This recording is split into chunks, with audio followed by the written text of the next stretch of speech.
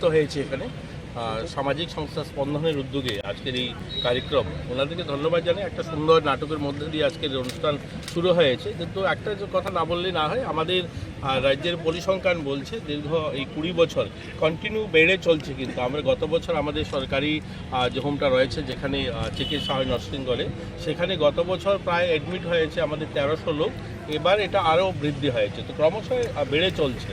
এটা কিন্তু এই নাটক বা একদিনের কর্মসূচিতে শেষ হবার নয়, এটা সবাই যতক্ষণ পর্যন্ত, অর্থাৎ আমরা এখানে যারা রয়েছে সবাই যতক্ষণ পর্যন্ত জন আন্দোলনের রূপ না দেবে, সবাই যতক্ষণ পর্যন্ত এটাতে ইনভলভ না হবে, বাড়ির পরিবারের লোকজন ইনভলভ না হবে, ততক্ষণ পর্যন্ত এটার থেকে বেরিয়ে আসা বা এটার থেকে মুক্ত সম্ভব নয়। দেখবেন একদিনের কর্মসূচিতে এরকম অনেকগুলো কর্মসূচি অর্থাৎ আন্তর্জাতিক ডে পালন করা হয়, কিন্তু সেগুলো সমাধান হয়নি আজও। আমি কয়েকদিন আগেও একটা বক্তব্যের মধ্যে বলেছিলাম যে আজ থেকে প্রায় 50 বছর আগে বিশ্ব পরিবেশ দিবস শুরু হয়েছিল, কিন্তু আজকে যে মাঠটাতে দেখুন কটা গাছ আছে, প্রত্যেক বছর তো গাছ লাগাই। অর্থাৎ কার্যক্রম করার জন্য করলে শেষ হবে না, এটাকে তখনই শেষ হবে সবাই যখন, অর্থাৎ আপনারাও যখন সামিল হবেন এই নেশামুক্ত অভিযানে, যারা আমরা এবং আপনারা পরিবারের লোক যখন সামিল হবে, তখনই এটা সম্ভব আমরা নেশামুক্ত সমাজ গড়া। Thank you.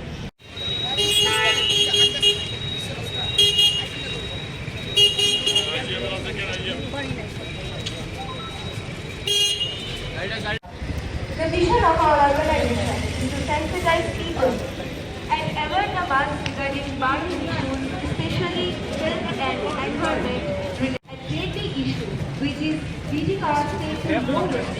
that is drugs, which is increasing HIV and AIDS. Statistics is